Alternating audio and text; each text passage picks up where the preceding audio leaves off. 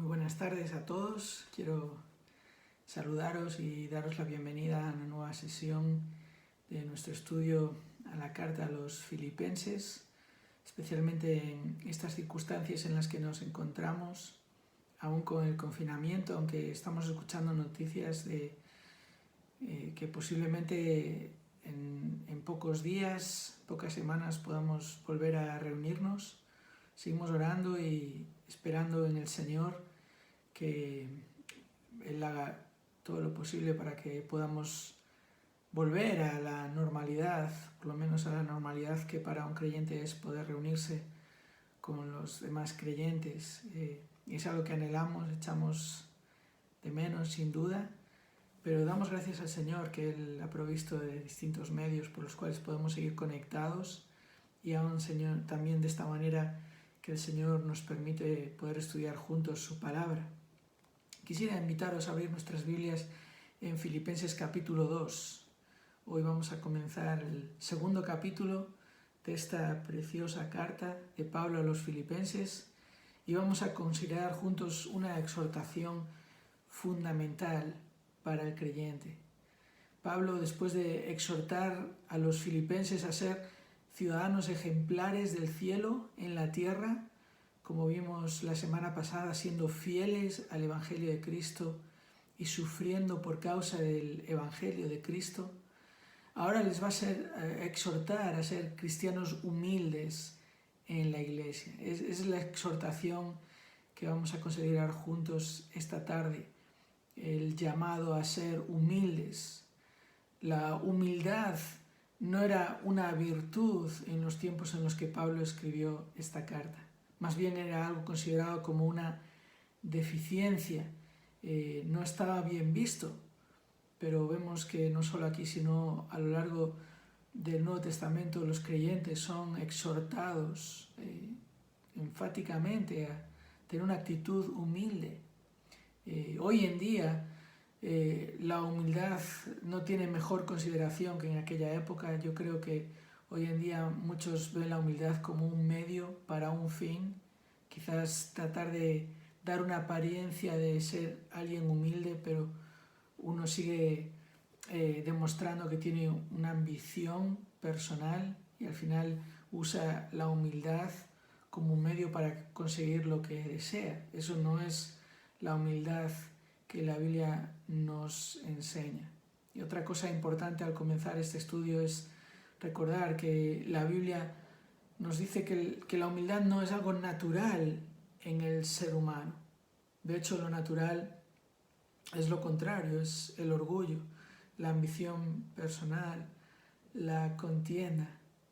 Y posiblemente era un problema también en Filipos, la falta de humildad, la falta de unidad, porque vamos a ver en el capítulo 4 como Pablo exhorta específicamente a dos personas en Filipos, a Evodia y Síntique, que sean de un mismo sentir en el Señor, que es exactamente la exhortación de Pablo en los versículos que vamos a estudiar esta tarde.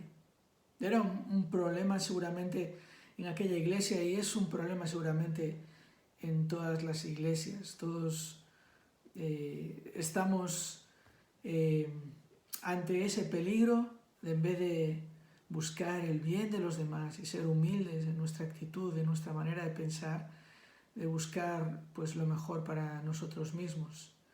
El comentarista William Barclay escribe acerca de estos versículos que vamos a estudiar, que el único peligro que amenazaba a la iglesia filipense era la falta de unidad.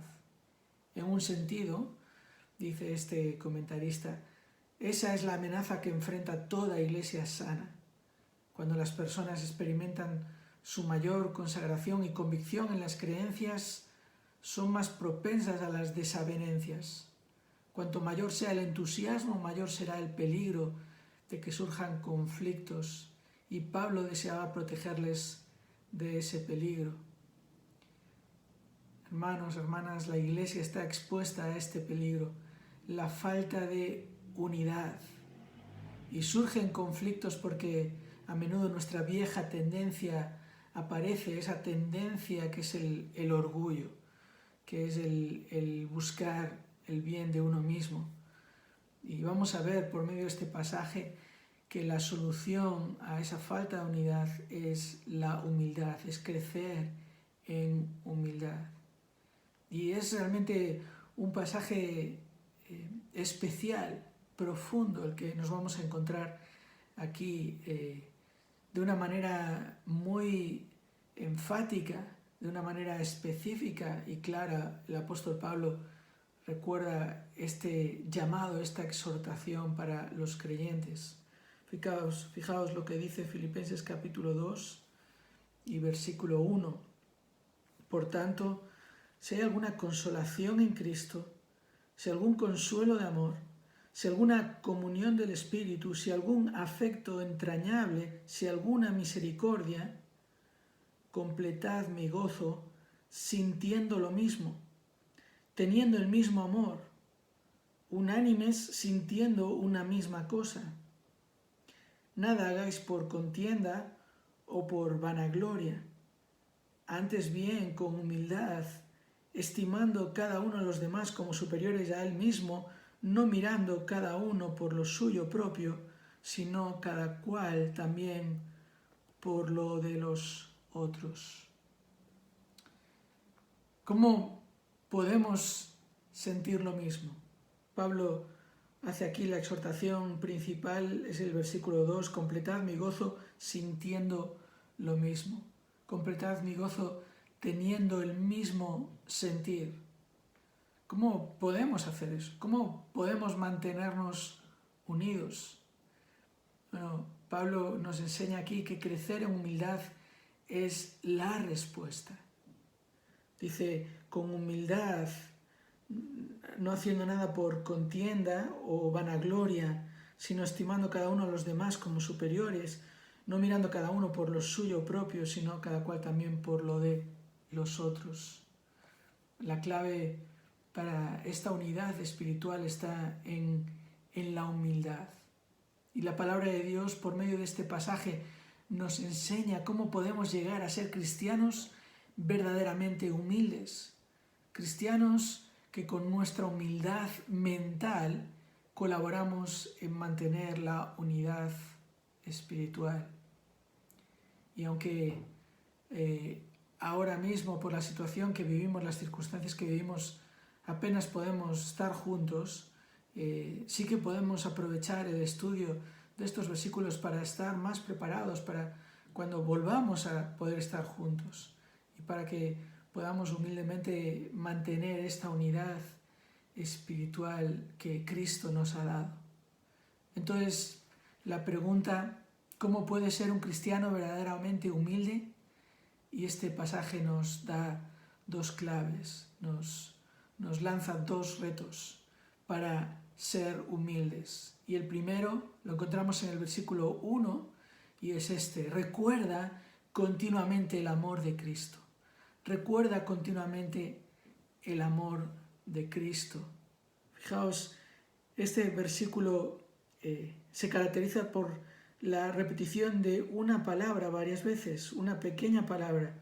Sí, por tanto, sí hay alguna consolación en Cristo, sí algún consuelo de amor, sí alguna comunión del Espíritu, sí algún afecto entrañable y misericordia.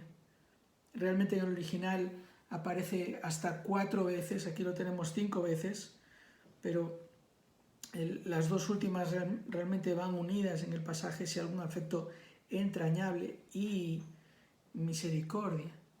Y lo que Pablo nos está mostrando aquí es 4 condiciones asumidas. ¿Qué quiero decir con esto?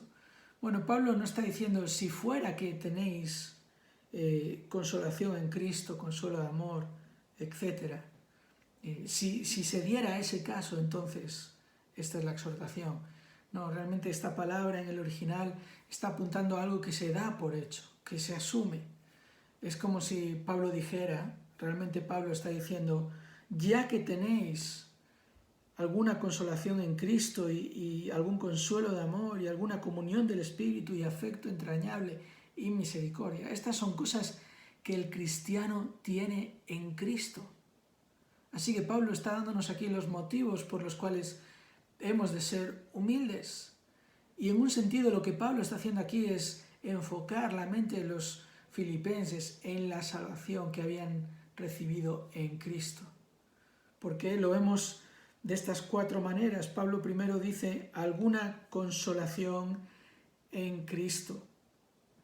Y aquí Pablo utiliza una palabra que se utiliza también en los evangelios, concretamente en el Evangelio de Juan, para describir al Espíritu Santo, cuando allí en Juan capítulo 14, por ejemplo, se nos describe como el Consolador. Realmente es más que un consolador, la idea ahí literal es uno que se pone al lado de otro para acompañarle.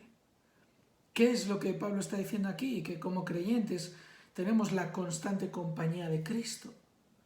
¿Recordáis cómo él mismo lo prometió a sus discípulos en Mateo capítulo 28, versículo 20? Y aquí yo estoy con todos vosotros hasta el fin del mundo.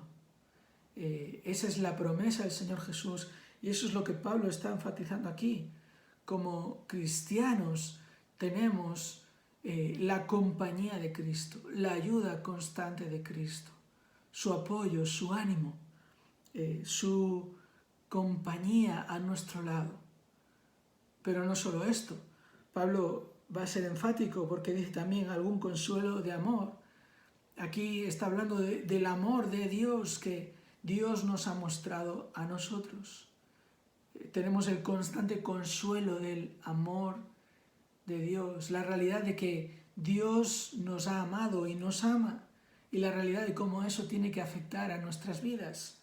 Os recuerdo las palabras del apóstol Juan cuando escribe su primera carta en el capítulo 4 y versículo 7, esta exhortación allí: amados, amémonos unos a otros porque el amor es de Dios. Todo aquel que ama es nacido de Dios y conoce a Dios. El que no ama no ha conocido a Dios, porque Dios es amor. En esto se mostró el amor de Dios para con nosotros, en que Dios envió a su Hijo unigénito al mundo para que vivamos por Él. En esto consiste el amor, no en que nosotros hayamos amado a Dios, sino en que Él nos amó a nosotros y envió a su Hijo en propiciación por nuestros pecados.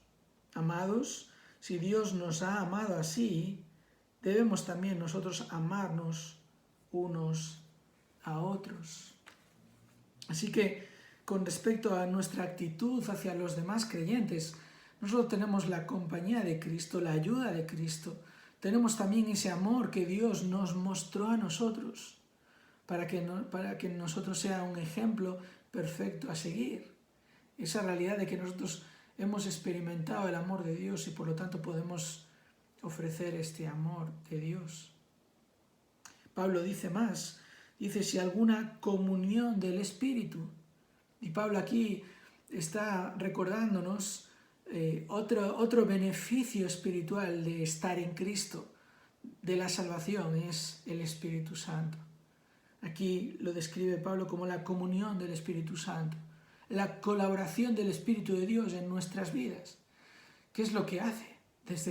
Desde el comienzo, desde empezar por darnos vida espiritual cuando estábamos muertos, como Pablo, por ejemplo, le recuerda a Tito en el capítulo 3 de su carta, que fuimos regenerados por el Espíritu Santo, pues tenemos lo que se nos describe en Gálatas capítulo 5 como el fruto del Espíritu de Dios, aquello que el Espíritu de Dios va produciendo en la vida de los creyentes. ¿Recordáis cuál es este fruto? Amor, gozo, paz, paciencia, benignidad, bondad, fe, mansedumbre, templanza. Todas estas son cosas que el Espíritu de Dios produce en nosotros, que nos llevan a realmente tener una actitud, una mentalidad humilde con respecto a los demás. Así que notad lo que tenemos, los beneficios de nuestra salvación. Si realmente queremos ser verdaderamente humildes, tenemos que recordar esta salvación, como Cristo vino y se puso a nuestro lado, vino a buscar y a salvar lo que se había perdido, como Dios demostró su amor para aquellos que no merecían amor. Él amó a sus enemigos, aun cuando éramos débiles. Él amó a los impíos, como Pablo recuerda en Romanos capítulo 5. Y el Espíritu de Dios con el cual nos ha sellado, el cual obra poderosamente en nosotros. Pero hay una cosa más que Pablo menciona aquí, que tenemos como beneficio de nuestra salvación. Y esto ya no es algo que nos viene dado por Dios, sino que es algo que Dios ha producido en nosotros y que ahora sale de nosotros. La idea aquí es de la compasión, la constante compasión que nos sale de dentro. Esa era la idea aquí. Pablo dice algún afecto entrañable, la idea es algo que surge desde las entrañas, y esto que surge es misericordia, es compasión, es amor. Así que ahora, al estar en Cristo, sí que tenemos este poder de Dios obrando en nosotros, y el resultado es compasión. La misma compasión que Pablo mismo menciona con respecto a su relación con los filipenses en el capítulo 1 y versículo 8. Porque Dios me es testigo de cómo os amo a todos vosotros con el entrañable amor de Jesucristo. Ahora notad, hermanos, estas condiciones, que como digo, Pablo no está diciendo, bueno, si en algún momento tenéis algo de esto. No, esto lo tenéis. Los que estáis en Cristo, tenéis a Cristo como ayuda constante. Tenéis el amor de Dios como un consuelo, como un ejemplo constante. Tenéis la colaboración del Espíritu Santo como una ayuda, una capacitación constante. Y todo esto, junto con lo que el amor, esa compasión que el Señor produce en nosotros, que nos sale de dentro. Estas condiciones nos dejan sin excusa con respecto a nuestra actitud hacia los demás. Estas condiciones nos dejan sin excusa con respecto a no tener una actitud humilde, porque hemos de recordar que todos fuimos salvados por el mismo Salvador y en las mismas condiciones. Quizás tú puedas pensar que había otros que estaban en peor condición que tú, condición espiritual, pero la condición en la que estábamos sin Cristo era de muertos, espiritualmente muertos. Así que ahí no hay una condición peor o mejor. Puede que tus circunstancias o tus años hasta que llegaste al Señor, a conocer a Cristo, estuvieran marcados por quizás actitudes más rebeldes o más tiempo caminando lejos de Dios o con más pecado, pero no te equivoques. Todos estábamos en la misma condición cuando Dios nos salvó, y nos salvó a todos por medio del mismo Salvador, el Señor Jesucristo. Además, todos fuimos amados con el mismo amor de Dios, es decir, el que nunca merecimos. Ninguno de nosotros merecimos tal amor. Sin embargo, todos hemos sido amados con el mismo amor. Todos hemos sido capacitados por el mismo Espíritu. Otra vez, a veces hay falta de comprensión en muchos creyentes con respecto a la persona del Espíritu de Dios. Y algunos piensan que tienen más del Espíritu que otros. Y no es así. La diferencia es que algunos son más humildes y dóciles para dejarse moldear por el Espíritu de Dios y la palabra de Dios que otros. Pero todos tenemos el mismo Espíritu, todos fuimos sellados por el mismo Espíritu y tenemos a nuestro alcance esta misma capacitación. Además, todos fuimos transformados con la misma esencia. Es decir, todo lo que Dios produce en un creyente, lo produce en todo creyente. No es que Dios le da a algunos ciertas cosas y a otros no les da esas mismas cosas, ¿no? Con respecto a lo que nosotros necesitamos para relacionarnos con los demás creyentes, a lo que necesitamos para nuestra vida, para toda nuestra vida, Dios nos lo ha dado. Así que recuerda continuamente la salvación. Si realmente quieres ser humilde, recuerda continuamente el amor de Cristo.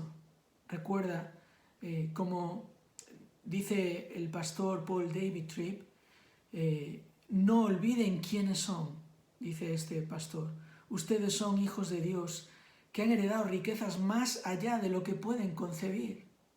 Se les ha dado todo lo que necesitan para hacer lo que Dios les ha llamado a hacer.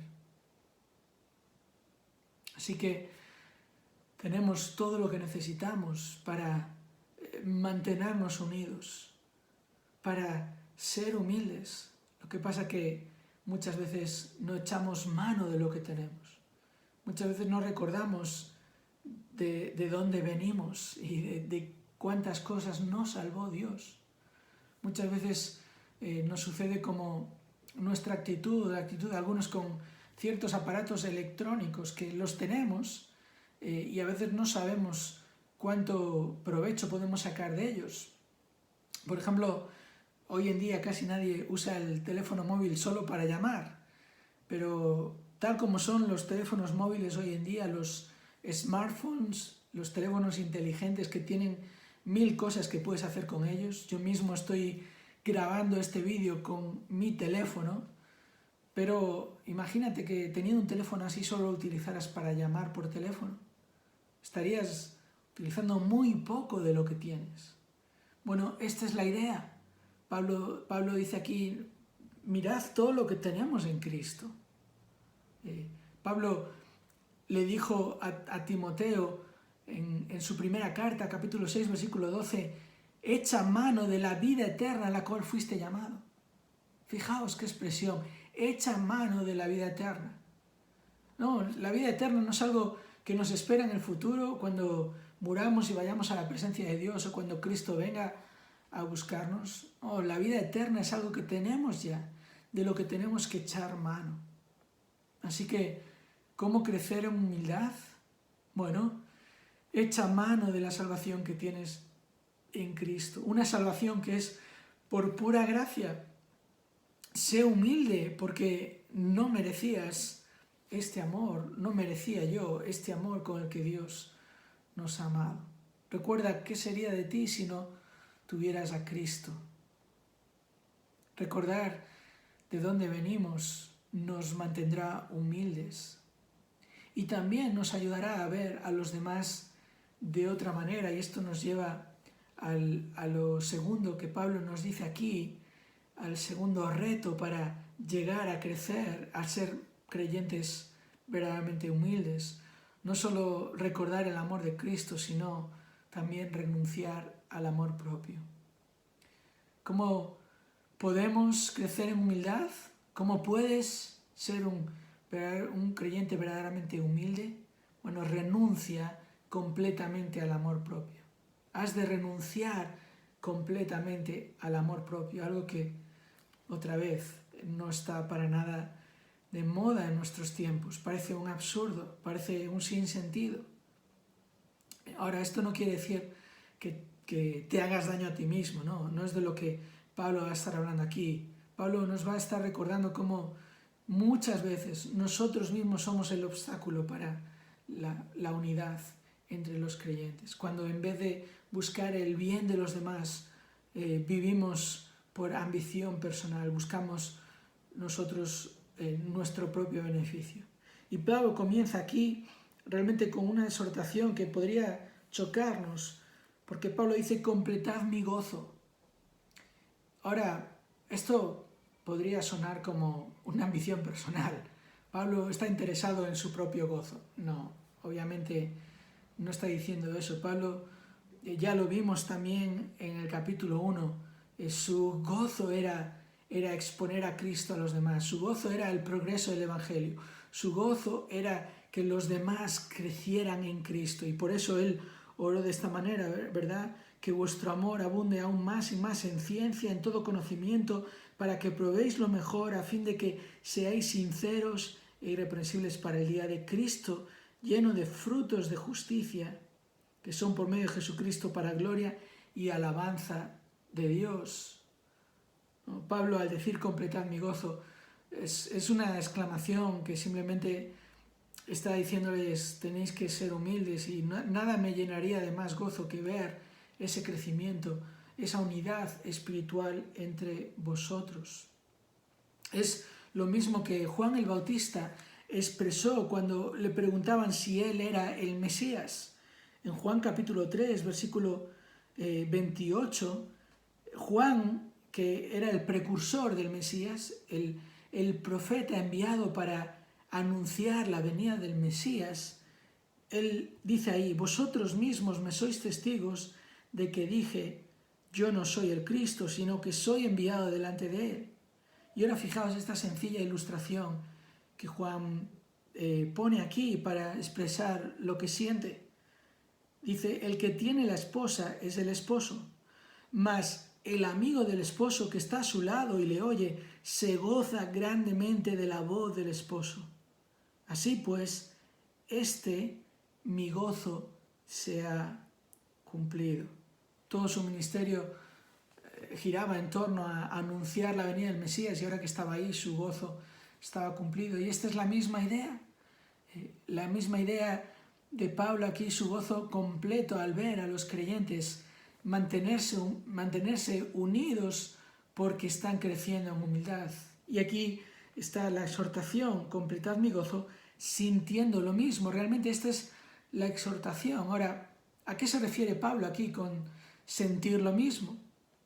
Bueno, es una palabra interesante aquí, el verbo que Pablo utiliza, porque no se refiere tanto a sentimientos o sensaciones, sino a la manera de pensar, a la opinión que uno tiene sobre algo, a la disposición que uno tiene, la actitud que uno tiene.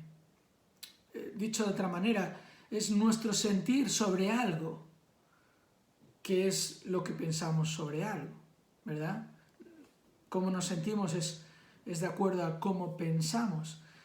Esta es la realidad de lo que Pablo está diciendo aquí. No es que tenemos que buscar sentirnos todos bien unos con otros, sino que lo que tenemos que buscar es una misma manera de pensar, un mismo sentir con respecto a las cosas. Ahora, ¿cómo llegamos a tener ese mismo sentir? Eso sería interesante saberlo, y esa es la buena noticia, que es lo que Pablo precisamente les va a decir aquí a los filipenses. ¿Cómo llegamos a tener el mismo sentir?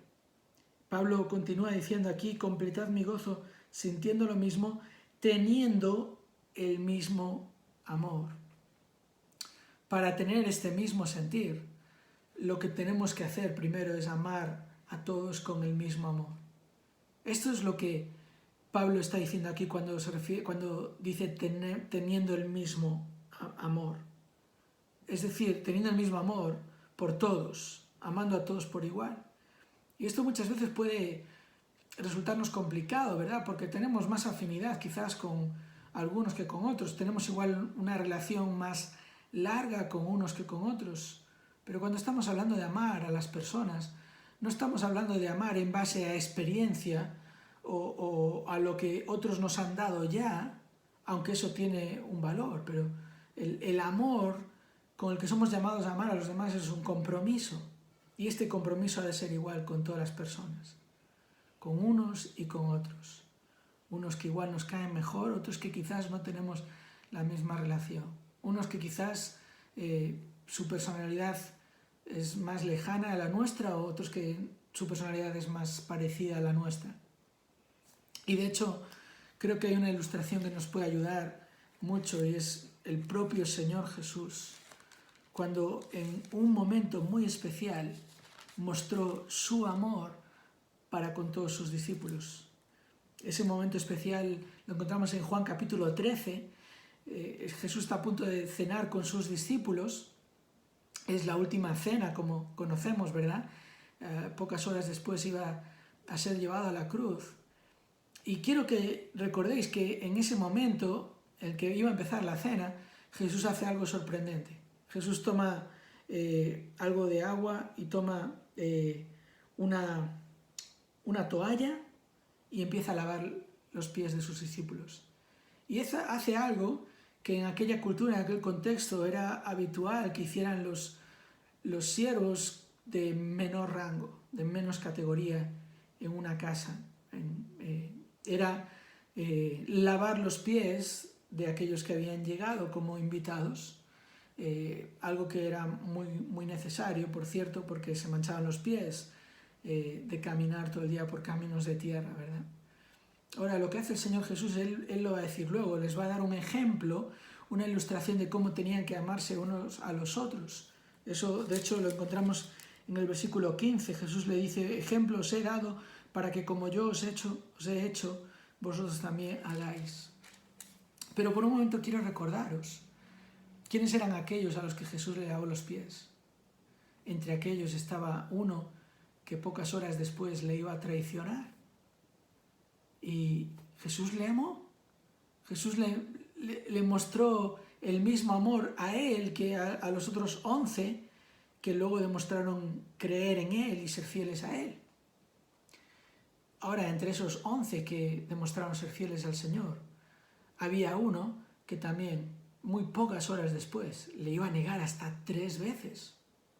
Uno que de hecho cuando Jesús le llega a lavar los pies, Pedro, si recordáis, reacciona, ¿no?, como precisamente una falsa modestia, ¿no? No me vas a lavar a mí, si acaso yo a ti, pero Pedro, no lo habías hecho cuando llegaste a la casa, como Jesús lo hizo, no tomaste esa iniciativa, ¿no?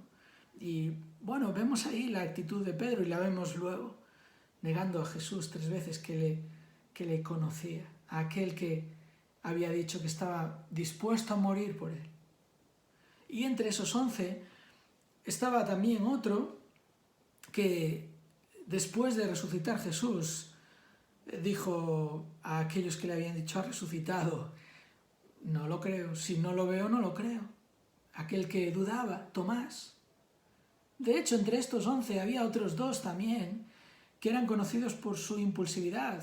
Señor, pediremos que envíes fuego del cielo para consumir a estos de este pueblo que no te quieren escuchar. Esos eran Juan y Jacobo. Pensad qué grupo. Podríamos seguir pensando, Mateo, uno que había sido un publicano, un recaudador de impuestos. Y a todos ellos Jesús les amó con el mismo amor. Qué gran ejemplo para nosotros, hermanos. ¿Cómo llegamos a tener el mismo sentir? De esta manera, tomando la decisión, el compromiso. Es nuestra mentalidad, es una manera de pensar. No nos movemos por sentimientos hacia otros. Y eso que a veces puede haber situaciones en las que otras personas en la iglesia nos puedan hacer daño, muchas veces inconscientemente. Pero nuestra reacción no va a ser en base a cómo nos sentimos, sino a cómo pensamos. Y si pensamos que todos nosotros fuimos amados con ese gran amor de Dios, ese amor de Cristo, pues nosotros hemos de mostrar el mismo amor, teniendo, dice aquí Pablo, teniendo el mismo amor. También una segunda manera de tener el mismo sentir que Pablo nos muestra aquí es ser unánimes en un mismo propósito, siguiendo unánimes un mismo propósito. Pablo utiliza esta palabra, unánimes, literalmente es una misma alma o un mismo espíritu, se podría traducir de las 2 maneras. La idea aquí es armonía y va conectado con lo que dice inmediatamente después, sintiendo una misma cosa, o traducido de otra manera, teniendo un mismo propósito, o sea, con la mira puesta en un mismo objetivo. Y aquí la ilustración es la ilustración de la música, algo que por cierto echamos mucho de menos, ¿verdad? Por la gracia de Dios tenemos un grupo de músicos en nuestra iglesia que ha crecido en los últimos tiempos y es un gozo verles tocar juntos y es una pena que no lo podemos hacer, ¿no? Que llevamos todas estas semanas sin poder escuchar esa música que nos ayuda a alabar al Señor juntos. Pero ellos saben muy bien, y yo creo que todos podemos entender esta ilustración sencilla, que si cada uno va por libre y toca los acordes que le parece y al ritmo que le parece y siguiendo la partitura que considera, va a ser un desastre. De hecho, cuando suena también, y realmente suena muy bien, hermanos, os lo aseguro, es porque todos están siguiendo una misma partitura, tienen los ojos puestos en los mismos acordes que van tocando y mantienen todos el mismo ritmo. Así es como realmente apreciamos esta buena música, esta armonía? Bueno, esta es la idea aquí, una idea sencilla, pero si todos realmente seguimos un mismo propósito, un mismo objetivo, si todos tenemos la misma partitura delante, que es la palabra de Dios, y todos vamos al mismo ritmo, todos unánimes, todos conscientes de las prioridades del creyente, las prioridades de la iglesia, así es como vamos a tener un mismo sentir. Y así es como vamos a crecer en humildad, reconociendo que yo no hago las cosas por libre, o que yo no puedo hacer la obra de Dios por mí mismo, porque Dios me ha colocado en una iglesia con otros creyentes a mi alrededor.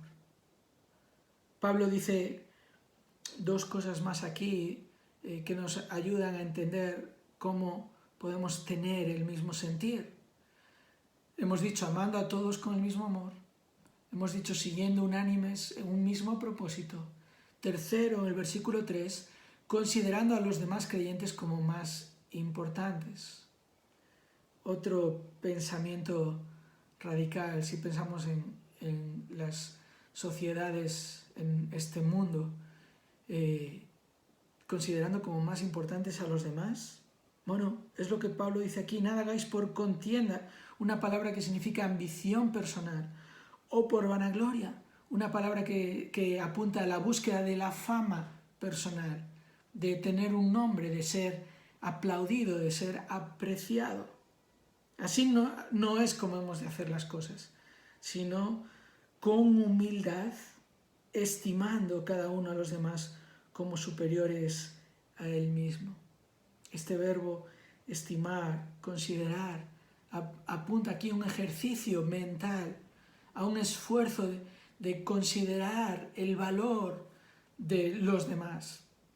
Considerar el valor de los demás a la luz de nuestro Dios, a la luz de lo que Dios nos ha dado y lo que Dios ha hecho para con los demás a nuestro alrededor. Dios les ha amado, Dios les ha salvado, Dios les ha colocado a mi lado, en mi misma iglesia. Todo esto es parte de la sabiduría de Dios, el propósito de Dios.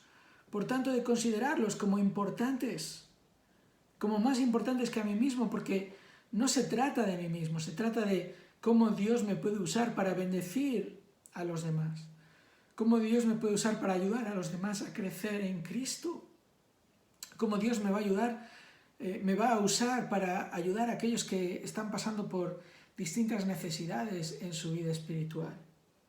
Esto es lo que Pablo está diciendo aquí, como superiores al mismo, es decir, como tu prioridad.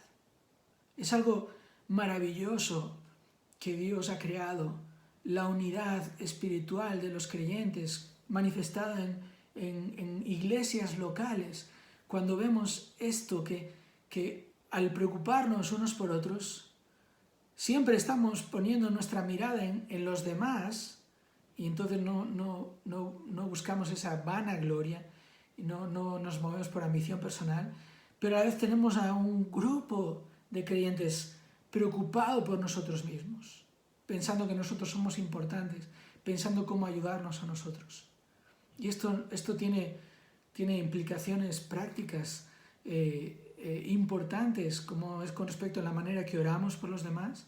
Ya lo vimos también en el capítulo 1, al ver cómo Pablo oraba por estos creyentes. En la manera en que servimos a los demás, en la manera en que nos sacrificamos por los demás, en la manera en que hacemos cosas que igual no nos gustan tanto y hacemos cosas que sí nos gustan, pero recordando que todo lo que hacemos lo hacemos buscando el beneficio espiritual de los demás creyentes, que es precisamente lo que Pablo dice en el versículo 4, no solo considerándoles como más importantes que nosotros mismos, sino buscando el beneficio espiritual, no mirando cada uno por lo suyo propio, sino cada cual también por lo de los otros. Obviamente, Pablo no está diciendo aquí que nosotros no debemos preocuparnos por nuestra salud espiritual, no tiene nada que ver con esto. Pensemos que aquí estamos en el ámbito, en el contexto de la iglesia local, unida, reunida, viviendo unánimes, sirviendo unánimes. Por supuesto que La Biblia nos recuerda que nosotros en nuestro hogar hemos de leer la palabra de Dios, hemos de orar, hemos de aprovechar esos medios que Dios nos ha dado para crecer espiritualmente. No estamos diciendo aquí que debemos olvidarnos de hacer estas cosas. De hecho, hacer esas cosas es para beneficio de los demás, porque esto es lo que trae realmente humildad a nuestras vidas. Y entonces así es como realmente tenemos el mismo sentir y traemos o fortalecemos esta unidad espiritual. Otra vez quisiera mencionar aquí al pastor Paul David Tripp. Dice algo muy interesante que desvela nuestra realidad. Él dice: somos demasiado habilidosos en mirar nuestro propio mal y ver bien. Somos mucho mejores en ver el pecado, la debilidad y las faltas de los demás que en ver los nuestros propios. Tendemos a ser ciegos a nuestra propia ceguera. ¿Qué significa todo esto? Significa que la evaluación personal correcta es un producto de la gracia. ¿Os dais cuenta? Nuestra evaluación personal correcta es un producto de la gracia. No podemos evaluarnos a nosotros mismos a la luz de nosotros mismos. Debemos evaluarnos a la luz de Cristo si queremos evaluarnos correctamente. Y debemos evaluar a los demás a la luz de Cristo. Y así es como realmente vamos a tener el mismo sentir. ¿Cómo crecer en humildad? Bueno, te animo a que le pidas al Señor que te ayude a amar a cada creyente con el mismo amor. Así es como vas a crecer en humildad, reconociendo esto, que si el Señor así nos amó, como decía el apóstol Juan, si Dios nos ha amado así, debemos también nosotros amarnos unos a otros. Debes también asegurarte que conoces bien el propósito principal de la Iglesia. Si para tener el mismo sentir hemos de seguir un mismo propósito, bueno, ese propósito no lo definimos cada uno de nosotros, sino que Dios mismo lo define en su palabra. Y por eso también es tan importante la enseñanza de la palabra de Dios, que nos ayuda a estar centrados todos en un mismo propósito y no ir cada uno por su lado. También deberías examinar tus motivaciones, hacer un autoexamen por el cual puedas cerciorarte que no estás actuando por ambición personal. Y te animo también a que pidas al Señor que te ayude a discernir, a ser consciente de las necesidades espirituales de los que están a tu alrededor. Este es el camino para tener un mismo sentir, este es el camino para crecer en humildad, amar a todos con el mismo amor, seguir un mismo propósito, no hacer nada por ambición personal, sino considerando a los demás como más importantes y pidiendo al Señor que nos ayude a discernir estas necesidades de los demás para poder ser útiles en sus manos. Quisiera terminar con una frase que ya he mencionado algunas veces en mis predicaciones, pero que sigue siendo una frase que me impacta y muy apropiada para este estudio que estamos terminando. Fue el pastor puritano Richard Baxter que dijo que ser un verdadero cristiano y no ser humilde es una contradicción. Una contradicción porque realmente nuestra salvación nos pone en nuestro lugar. Una salvación que es por gracia, que no merecíamos.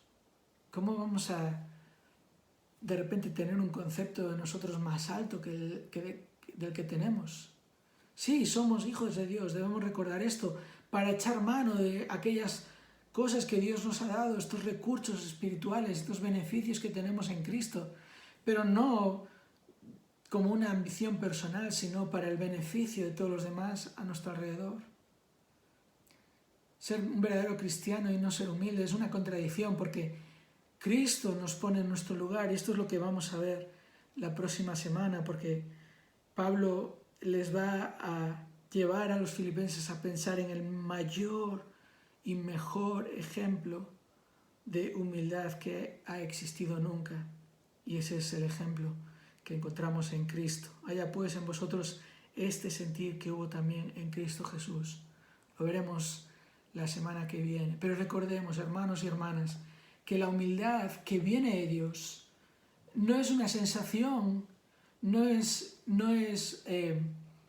una actitud que tenemos en ciertos momentos, es una manera de pensar. La humildad que viene de Dios es una humildad mental. Es lo que pensamos con respecto a los demás creyentes. Nuestro compromiso, nuestra responsabilidad es amarles y no que nos amen. Nuestro compromiso con ellos es mantener esta unidad por medio de seguir el mismo propósito y por medio de buscar el beneficio de los demás, el beneficio espiritual de los demás. Por eso, porque la humildad es mental, es una manera de pensar, hemos de pensar en el amor de Cristo. Ese amor asombroso e inmerecido. Recuérdalo. Hemos de pensar también en nuestro amor propio, peligroso e innecesario. Es peligroso, va a traer contienda y conflicto. Es innecesario. Ningún creyente a tu alrededor necesita tu amor propio. Lo que necesita es que tú le ames como Cristo le ama. Así que destierra ese amor propio. Sea un cristiano humilde para gloria de Dios y para bendición de su pueblo. Que el Señor os bendiga y os ayude ahora a tener también un tiempo de oración, orando unos por otros y pidiendo también de manera personal estas cosas cada uno de nosotros, para que cuando podamos recuperar la normalidad de reunirnos, de estar unos con otros, nuestros discipulados, nuestras reuniones, podamos realmente estimularnos al amor y a las buenas obras los unos a los otros. Que el Señor os bendiga, hermanos y hermanas.